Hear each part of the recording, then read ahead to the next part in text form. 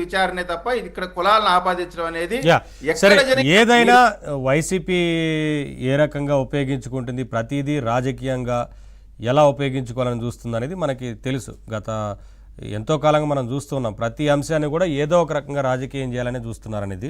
ఒకసారి దుర్గా కుమార్ గారితో కూడా మాట్లాడతాను. దుర్గా కుమార్ గారు, నమస్తే సార్.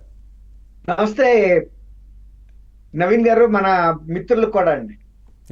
ఏం చెప్తారు సార్ ఈ కేసు గురించి? ఇప్పటికే సునీల్ నాయక్ గారు అయితే విచారణకు హాజరయ్యారు కాబట్టి ఇంకా చాలా విషయాలు తెలిసేందుకు అవకాశం ఉంటుంది.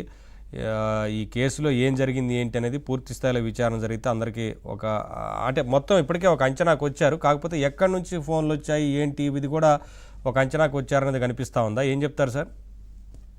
ఇప్పుడు నిజానికి దేశంలోనే ఇది ఒక ప్రత్యేకమైన కేసు అండి. ఆ రోజు సిట్టింగ్ ఎంపీగా ఉన్న వ్యక్తిని టార్చర్ చేసినప్పుడు సునీల్ నాయక్ గారికి మరి ఆ రోజు ఎందుకు గుర్తు రాలేదు? ఆయన కూడా మరి ఒక ఎంపీగా ఉంటే ఆయనకి కొన్ని ప్రివిలేజెస్ ఉంటాయి. ఇవాళ ఈయన ఐపీఎస్ అధికారిగా ఈయనకి కొంత ఇమ్యూనిటీ ఉంటుందనే ఉద్దేశం మీద ఈయన ఎంత రచ్చ చేయాలో అంత రచ్చ చేశాడండి. కానీ అసలు ఐపీఎస్ అధికారి అయ్యుండి ఆంధ్రప్రదేశ్ నుంచి వచ్చిన పోలీసులు ఎవరో అగాంతకులు అన్నట్టుగా బీహార్ లో పిక్చర్ ఇవ్వటం, వాళ్ళ పై ఆఫీసర్లతో ఒక జీవో ఇష్యూ చేయించుకోవటం, తర్వాత ఫైర్ సిబ్బంది అందరినీ పిలిపించి తన బంగ్లా చుట్టూ తాను మోహరించటం, తర్వాత ఈ హోమ్ గార్డ్స్ ని మోహరించటం. గతంలో కర్నూలులో అవినాష్ గారు సిబిఐ ఆఫీసర్స్ వచ్చినప్పుడు రౌడీల్ని గనక మోహరించిన ఘట్టం నాకు గుర్తుకొస్తా ఉందండి.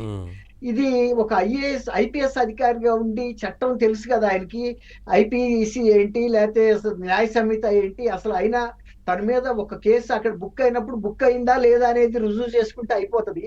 దాని గురించి అక్కడ డీజీపీ గారు కూడా ఈయన్ని పొత్తిళ్లలో పెట్టుకుని కాపాడాలన్నట్టు చేసిన ప్రయత్నం ఇది చాలా అసహ్యంగా అనిపించిందండి.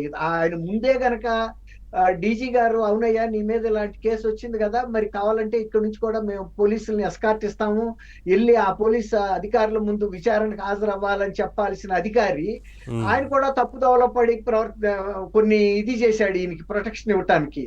కానీ ఏమైందంటే అల్టిమేట్ గా ఇప్పుడు ఆయన పరువు ఏమైంది? ఎక్కడి నుంచి తప్పించుకుంటారండి చట్టాల నుంచి వీళ్ళు? ఒక 4 రోజులు తప్పించుకోవటంతో అయిపోయిందా? ఇవాళ హైకోర్టు ఆదేశించినప్పుడు మరి చచ్చినట్టు వచ్చి ఆ విచారణ అధికారి ముందు, ఆయనకన్నా తక్కువ స్థాయి అయినా కూడా మరి విచారణ అధికారి వాళ్ళు ఆయన ముద్దాయి స్థాయిలో హాజరు అవ్వాలి కదా. అది ముందే గనక చేసి ఉంటే ఆయనకి గౌరవంగా ఉండేది. మరి ఇట్లాంటి ఐపీఎస్ అధికారులు ఉన్నందుకు వాళ్ళ మానవ వనరుల శాఖ కూడా ఆలోచించాలి. వీళ్ళ బిహేవియర్, ఇప్పుడు ఆయన చేసిన బిహేవియర్ మీద కూడా వాళ్ళు ఇంటర్నల్ గా ఎంక్వైరీ చేయించడం, షోకాజ్ నోటీస్ ఇవ్వటం, అవసరమైతే కేసు బుక్ చేయాలి కోర్ట్ ఆఫ్ సర్వీస్ దీని కింద.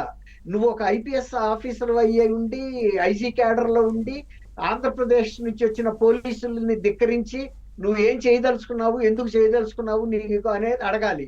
రెండోది, ఇప్పుడు అంతకుముందు మిత్రులు చెప్పారు, వాళ్ళు ఏదన్నా చెప్పదలుచుకుంటే అంతకుముందు ప్రభుత్వంలో ఎటువంటి ఆదేశాలు ఇచ్చారు, ఆదేశాలని అమలు చేయడం ద్వారా వీళ్ళు అదే సార్, ఇప్పుడు ఎక్కడి నుంచి ఆదేశాలు వచ్చాయి, ఎవరి నుంచి ఫోన్ వచ్చింది, ఎవరు చెబితే ఇలా చేశారు, అనేక ప్రశ్నలు అయితే ఉంటాయి కదా. ఏం జరిగింది అనేది మొత్తం మీద విచారణ చేస్తే ఎవరికైనా తెలిసే ఛాన్స్ ఉంటుందిలేండి. అది ఇంకోటి, తర్వాత రఘురామరాజు గారితో ఎవరికైనా గట్టి పంచాయతీ ఉందా అండి? అంతమంది లోక్సభ సభ్యులు ఆయన్ని ఎందుకు పట్టుకొచ్చారు? ఇప్పుడు ఆయనకి అధిష్టానంతో, వాళ్ళ పార్టీ అధిష్టానంతో డిఫరెన్సెస్ ఉన్నమాట వాస్తవం. అది వీళ్ళతో కక్ష తీర్పించుకున్నందుకు, వీళ్ళు అటువంటి కిరాయి పని చేసినందుకు వీళ్ళు క్షమాపణ చెప్పాలి ఇప్పుడు. తర్వాత చట్టం ముందు బేషరతుగా జరిగిన అంశాలన్నింటినీ కూడా పెట్టేసేయాలి తప్ప, మొన్న కనుక అవమానం పాలైనట్టు పాట్నాలో చేసిన పని మూలన్నా ఇవాళ సునీల్ నాయక్ గారు విలువ ఏముందంటే అక్కడ కూడా బీహార్ లో కూడా పోయింది. ఇతను చచ్చినట్టు తలంచుకుని వెళ్లాల్సి వచ్చింది. ఇక్కడికి వచ్చినప్పుడు తల ఎగరేసాడు కదా. తల ఎంతసేపు ఎగరేస్తామండి? చట్టం ముందు, రాజ్యాంగం ముందు ఎవరైతే మరి ఇప్పుడు ఎవరైనా కూడా రాజ్యాంగానికి లోబడి ఉండాల్సిందే కదా ఎవరైనా. ఆ మాత్రం తెలియదు సునీల్ నాయక్ కి? అవును, తన పొరుగు తను పోగొట్టుకున్నాడు. డిస్కస్ చేద్దాం సార్ ఒకసారి. కృష్ణకాంత్